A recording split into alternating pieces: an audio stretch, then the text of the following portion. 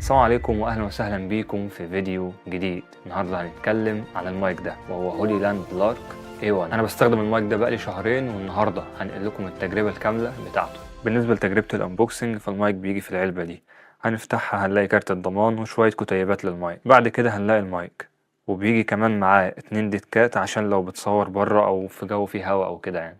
وكان بيجي معاه كابل شحن تايب سي، وبيجي معاه زي كيس كده ممكن تشيل فيها المايك لو انت خارج.